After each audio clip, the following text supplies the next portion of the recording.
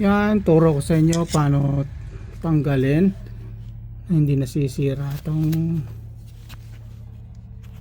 mga clip na to. Tignan nyo, hirap yan, hirap. Yan pa oh.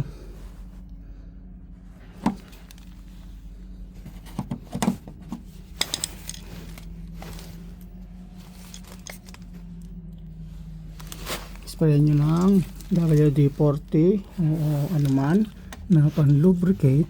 Yan. Yan. Okay. Yan. Yan. Kita nyo.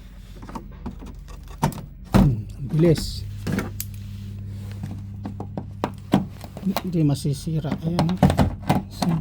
Sinalobricate siya sa loob. Okay. Salamat sa panonood.